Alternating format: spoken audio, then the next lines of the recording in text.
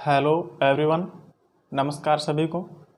Dear friends, हम पिछली class में हमने शैलें या चट्टानों के बारे में चर्चा की थी, जिसमें चट्टानों के वर्गीकरण से संबंधित एवं उनका चट्टानों का आर्थिक महत्व क्या है, उन शैलों का आर्थिक महत्व क्या है एवं चट्टानी चक्र, इन सभी के बारे में हमने क्या की थी, चर्चा की थी। आज हमारा जो नया टॉपिक चलेगा वर्ल्ड ज्योग्राफी का, वह है ज्वालामुखी। ठीक है, ज्वालामुखी।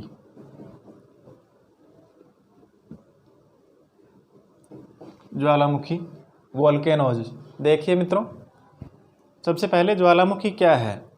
ठीक है, ज्वालामुखी वह छिद्र है जिसमें से लावा क्या होता है, लावा, राख एवं गैस व जलवाष्प का क्या होता है, उद्गार होता है। ठीक है, ऐसे स्थान जहाँ से लावा, राख, गैस एवं जलवाष्प का उद्गार होता है, वह छिद्र क्या कहलाता है, ज्वालामुखी कहलाता है।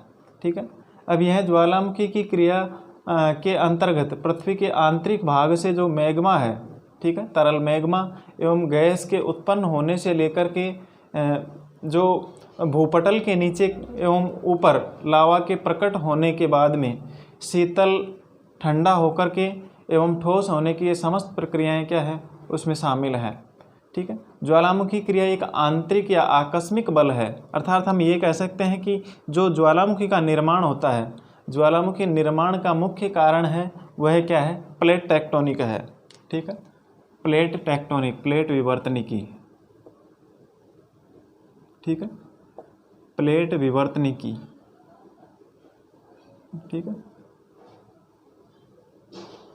यही ज्वालामुखी के निर्माण का एक प्रमुख कारक माना जा सकता है। यह ज्वालामुखी किनके कारण से आता है, यह आकस्मिक बल है जो कि प्लेटों के आपसी हलचल के कारण आता है, ज्वालामुखी क्रिया होती है। अर्थात इसका जो प्रत्यक्ष संबंध है वो किससे है, भू संचलन से है।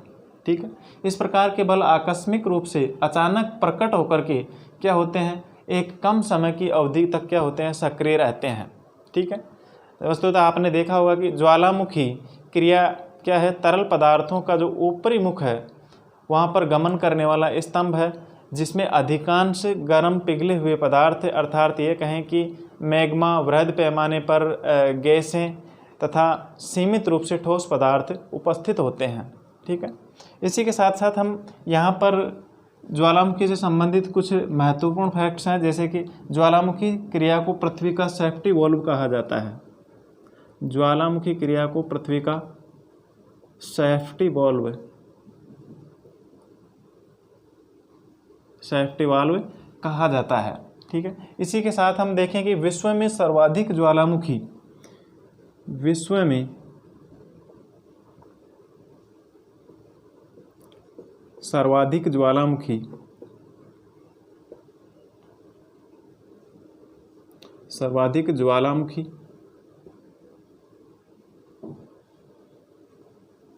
परिप्रशांत क्षेत्र में आते हैं। ठीक है, परिप्रशांत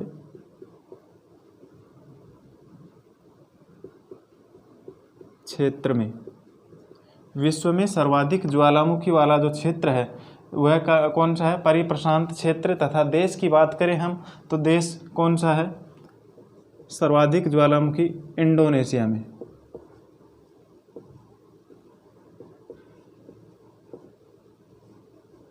ठीक है, विश्व में सर्वाधिक ज्वालामुखी परिप्रशांत क्षेत्र में। ठीक है, और देश की बात करें तो इंडोनेशिया में सर्वाधिक ज्वालामुखी आते हैं। ठीक है, ज्वालामुखी उद्गार के क्षेत्र हैं। ठीक है, लेकिन अगर हम बात करें सक्रिय ज्वालामुखी की, विश्व में सर्वाधिक सक्रिय ज्वालामुखी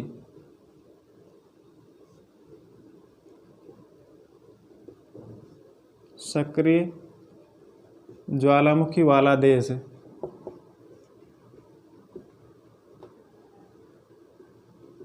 तो वह कौन सा है, फिलीपींस। ठीक है,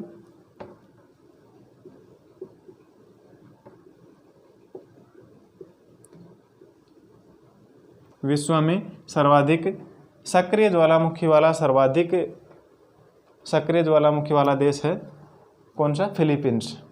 ठीक है, इसी के साथ साथ जो ऑस्ट्रेलिया महाद्वीप है, आप सभी को पता होना चाहिए कि ऑस्ट्रेलिया महाद्वीप एकमात्र ऐसा महाद्वीप है यह जहाँ पर किसी भी प्रकार की कोई ज्वालामुखी घटना घटित नहीं होती है, वहाँ पर किसी प्रकार के कोई ज्वालामुखी नहीं पाए जाते हैं। ठीक है, आगे है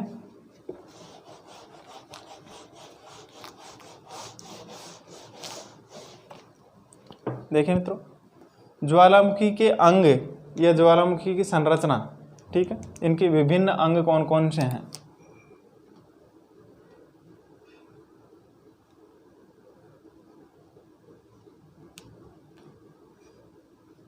विभिन्न अंग,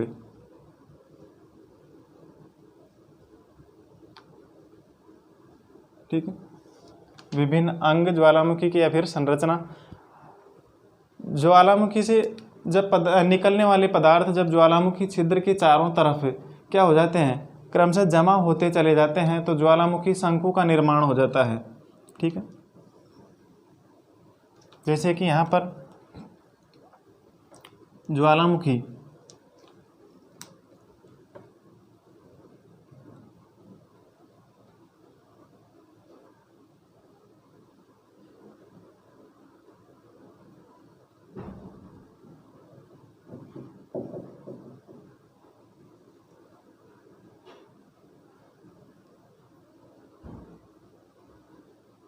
इस प्रकार से ज्वालामुखी उद्गार होते हुए क्या हो रहा है, ज्वालामुखी शंकु का निर्माण हो रहा है।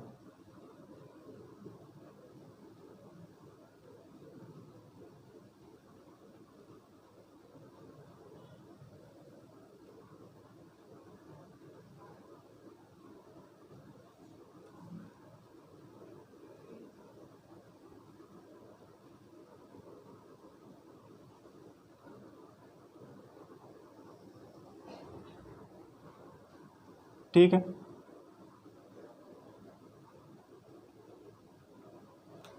यहाँ पर इस प्रकार से ज्वालामुखी शंकु का निर्माण होता है। जैसे कि थोड़ा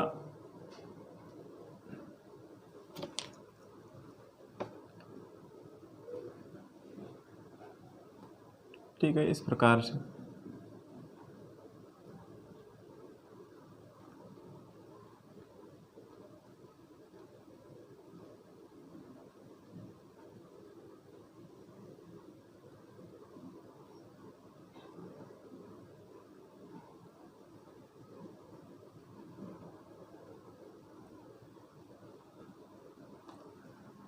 ठीक है।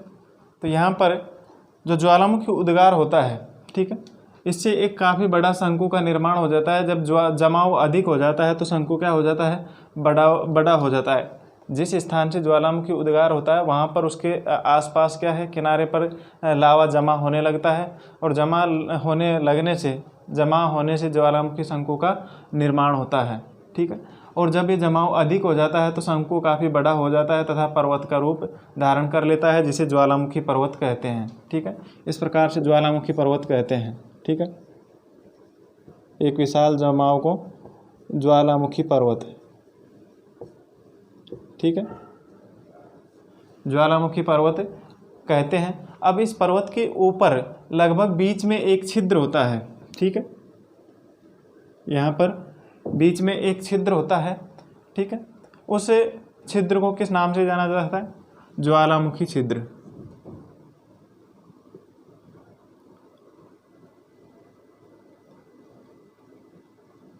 ज्वालामुखी छिद्र के रूप में जाना जाता है। ठीक है, अब पर्वत के ऊपर जो छिद्र है उसे ज्वालामुखी छिद्र के रूप में जाना जाता है, और इस छिद्र का भूगर्भ से संबंध एक पतली नली के रूप में होता है। भूगर्भ से संबंध एक पतली नली के रूप में होता है।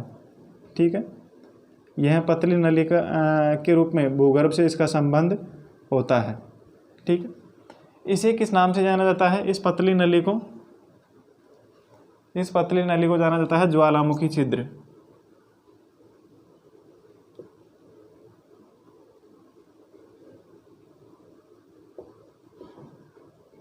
ज्वालामुखी छिद्र के रूप में जाना जाता है, या फिर पर्वत के ऊपर जो ज्वालामुखी पाइप या ज्वालामुखी नली।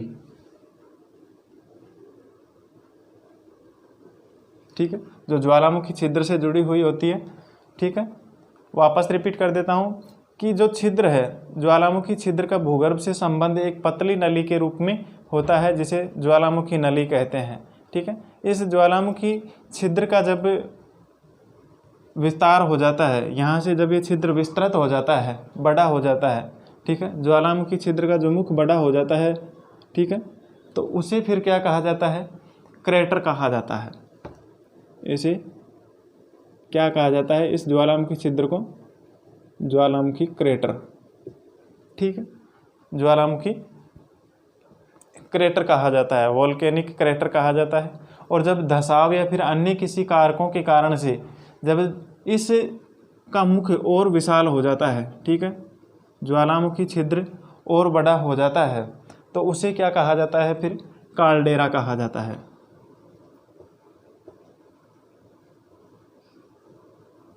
काल्डेरा कहा जाता है। ठीक है, वापस रिपीट कर देता हूँ शुरू से कि जो ज्वालामुखी निकलने वाले पदार्थ हैं, ठीक है, ज्वालामुखी छिद्र से निकलने वाले पदार्थों के कारण से क्या होता है? ज्वालामुखी छिद्र के नली के चारों तरफ क्या होता है? दोनों तरफ क्या होता है?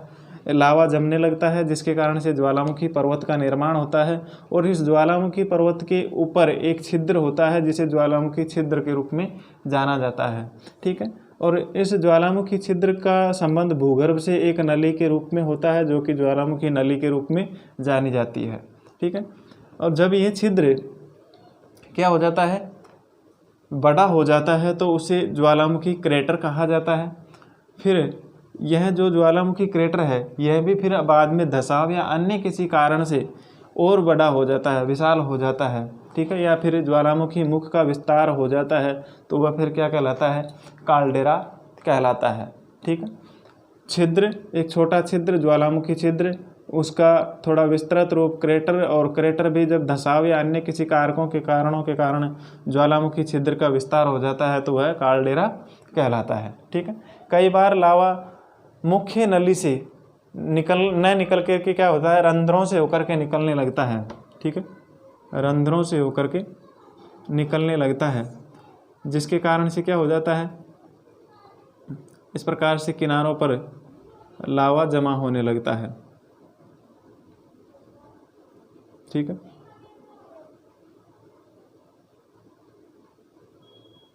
ठीक, रंध्रों से होकर के बाहर निकलने लगता है।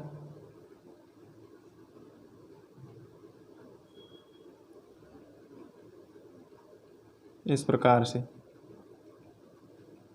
ठीक है, मुख्य नली से न निकल करके क्या हो जाता है? रंध्रों से बाहर निकलता है, जिससे छोटे छोटे शंकुओं का निर्माण हो जाता है। ठीक है, इस प्रकार से छोटे छोटे शंकुओं का क्या हो जाता है? निर्माण हो जाता है। रंध्रों से होकर के निकलने के पश्चात छोटे छोटे शंकुओं का निर्माण हो जाता है, जिसे कि गौण शंकु के रूप में जाना जाता है। ठीक है, जिसे गौण शंकु के रूप में जाना जाता है या गौण शंकु कहा जाता है। ठीक है, इसके बाद में आगे आता है बेटा, इनसे निकलने वाले पदार्थ।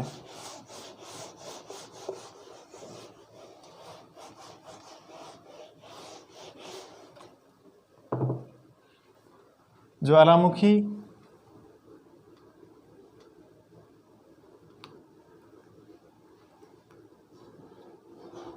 से निकलने वाले पदार्थ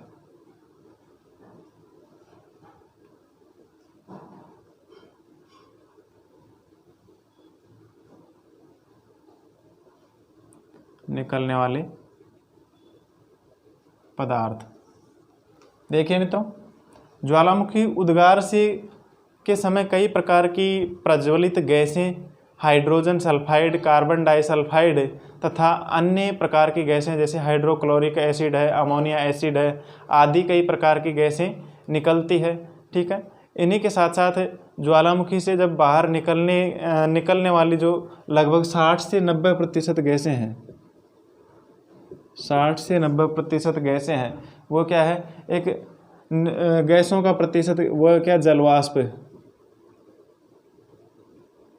ठीक है, ज्वालामुखी से बाहर निकलने वाली गैसों में 60 से 90% अंश किसका होता है? जलवाष्प का ही होता है। ठीक है, अब यह जलवाष्प क्या होता है? वायुमंडल के संपर्क में आते ही ठंडा हो जाता है। जलवाष्प वायुमंडल के संपर्क में आते ही वायुमंडल के संपर्क में आते ही क्या हो जाती है? ठंडा हो जाता है। ठीक है, ठंडा हो जाता है। कौन? जलवाष्प वायुमंडल के संपर्क में आते ही ठंडा हो जाता है, जिसके कारण से क्या होता है? मूसलाधार वर्षा होती है। इसी के कारण क्या होती है? मूसलाधार वर्षा होती है। ठीक है, जलवाष्प वायुमंडल के संपर्क में आने से मूसलाधार वर्षा होती है। ठीक है, इनमें निकलने वाले पदार्थों में सबसे पहला तो ये हो गया गैसें। ठीक है, गैसें। उसके बाद में अगला है तरल पदार्थ।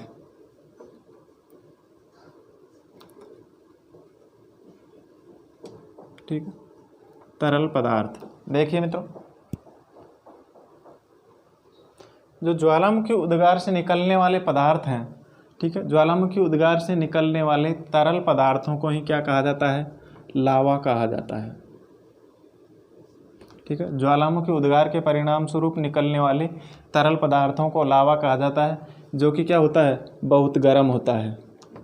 ठीक है, बहुत ही गर्म होता है, गर्म प्रवृत्ति का होता है। सिलिका की मात्रा के आधार पर इस लावा के दो प्रकार बताए गए हैं। ठीक है, सिलिका की मात्रा के आधार पर इस लावा को दो भागों में वर्गीकृत किया गया है। एक तो है अम्लीय लावा और दूसरा क्षारीय। ठीक है, सिलिका की मात्रा के आधार पर इसे दो भागों में वर्गीकृत किया गया है। एक तो अम्लीय लावा जिसकी मात्रा सर्वाधिक होती है, और दूसरा क्षारीय लावा जो कि कम मात्रा में होता है। ठीक है, अम्लीय लावा का रंग कैसा होता है? पीला। अम्लीय लावा का रंग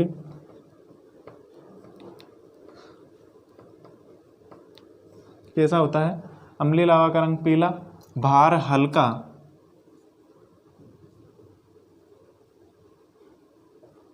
तथा द्रव रूप में पाया जाता है। अम्लीय लावा का रंग पीला, भार हल्का तथा यह द्रव के रूप में पाया जाता है। ठीक है, जबकि क्षारीय लावा है, क्षारीय लावा का रंग कैसा होता है? इसका रंग कैसा होता है? गहरा तथा काला, गहरा तथा काला रंग होता है। क्षारीय लावा का रंग गहरा तथा काला होता है, तथा यह क्या है? अधिक भार वाली एवं द्रव रूप में पतला होता है।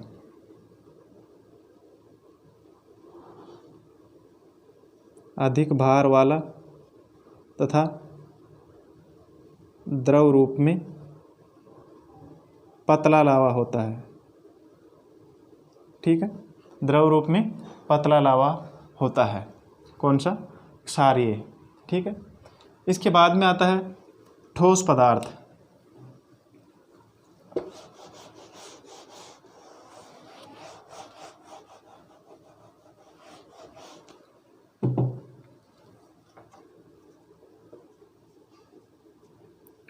ठोस पदार्थ।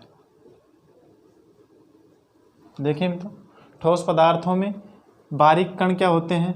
धूल कणों या राख से लेकर के कई टन भार वाले शिलाखंड होते हैं।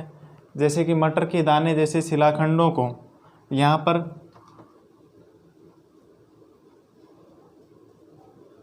मटर के दाने जैसे चट्टानी टुकड़ों को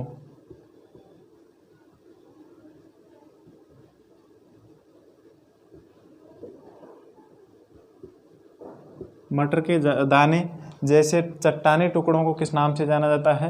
यहाँ पर लेपेली के नाम से जाना जाता है।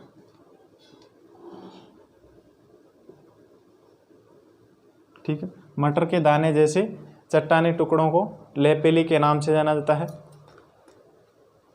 एक बार इससे पहले बेटा मित्रों देखते हैं ज्वालामुखी क्रिया से निकलने वाले जो चट्टानी टुकड़े हैं, ठीक है, ठोस पदार्थों में ज्वालामुखी क्रिया से निकलने वाले चट्टानी टुकड़ों को टेफ्रा कहा जाता है, ठीक है, टेफ्रा। ज्वालामुखी क्रिया से निकलने वाले चट्टानी टुकड़ों को टेफ्रा कहा जाता है, ठीक है। और जबकि गर्म राख और पानी का जो पानी का तरल मिश्रण होता है उसे लाहर कहते हैं। गर्म राख और पानी का तरल मिश्रण क्या कहलाता है? लाहर कहलाता है, ठीक है, लाहर कहलाता है। अब यहाँ पर मटर के दाने जैसे चट्टानी टुकड़े लेपेली कहलाते हैं, ठीक है, तथा सबसे बड़े आकार के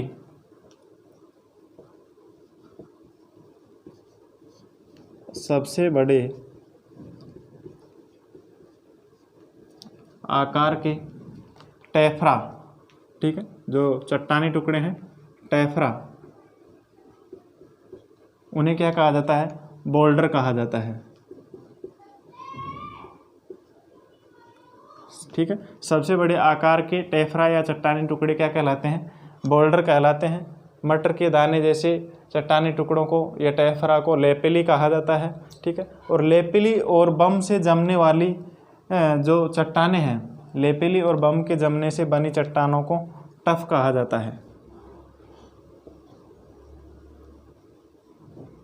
लेपेली व बम, ठीक है, लेपेली व बम। यहाँ पर जो अखरोट की आकृति जैसा टुकड़ा है, अखरोट की आकृति के समान टुकड़ा क्या कहलाता है? बम कहलाता है, ठीक है। अखरोट की आकृति जैसा टुकड़ा क्या कहलाता है? चट्टानी टुकड़ा बम कहलाता है। तो यहाँ पर लेपेली और बम के जमने से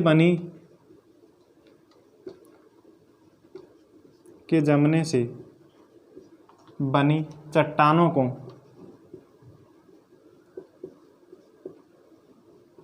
क्या कहा जाता है? टफ कहा जाता है, ठीक है।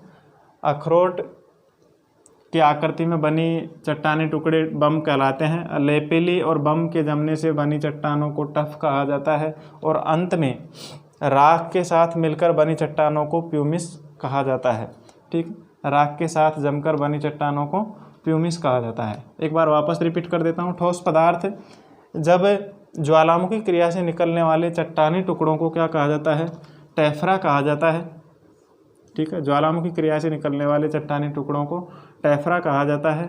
और गर्म पानी एवं राख जैसे के तरल पदार्थों के मिश्रण को लाहर कहा जाता है, ठीक है। अब यहाँ पर जो मटर के दाने जैसे चट्टानी टुकड़े होते हैं उन्हें लेपेली तथा अखरोट की आकृति जैसे चट्टानी टुकड़े या टेफ्रा को बम कहा जाता है। और सबसे बड़े आकार के टेफ्रा या चट्टानी टुकड़े बोल्डर कहलाते हैं, ठीक है। लेपेली और बम के जमने से जो चट्टानों का निर्माण होता है वो क्या कहलाती है? टफ कहलाती है, ठीक है। तथा राख, अंत में राख के साथ मिश्रण से बनी हुई चट्टानें क्या कहलाती है? वो प्यूमिस कहलाती है, ठीक है। वो क्या कहलाती है? प्यूमिस कहलाती है, जो कि जल से भी कम घनत्व वाले टुकड़े होते हैं, ठीक है, जो कि जल में तैर रहे होते हैं, वो प्यूमिस कहलाते हैं, ठीक है। अब ज्वालामुखी क्रिया में सबसे पहले निकल करके भूपटल पर आने वाले चट्टानी टुकड़ों को पायरोक्लास्ट कहते हैं, ठीक है। पायरोक्लास्ट के जमने से बनी फफोलेदार चट्टानें वो क्या कहलाती है? फिर स्कोसिया कहलाती है, ठीक है। पायरोक्लास्ट के जमने से बनी फफोलेदार स्थलाकृतियाँ वो क्या कहलाती है? स्कोसिया कहलाती है, ठीक है। इसके बाद में अगला है मित्रों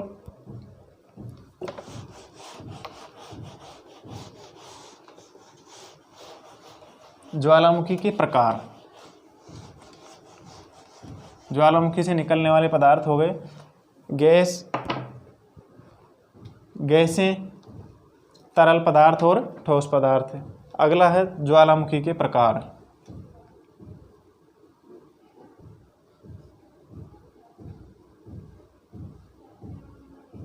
ज्वालामुखी के प्रकार, ठीक है मित्रों। देखिए कौन कौन से प्रकार हैं ज्वालामुखी के प्रकार। यहाँ पर ज्वालामुखी प्रकारों में हम इनको उद्गार के आधार पर,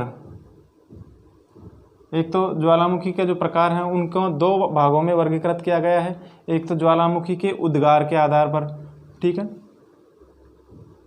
ज्वालामुखी के उद्गार के आधार पर, ठीक है, और दूसरा है ज्वालामुखी उद्गार की अवधि के आधार पर ज्वालामुखी के प्रकार, ठीक है। इन दोनों ही आधारों पर ज्वालामुखी के वर्गीकरण की चर्चा हम अगले क्लास में करेंगे, ठीक है। थैंक्स मित्रों।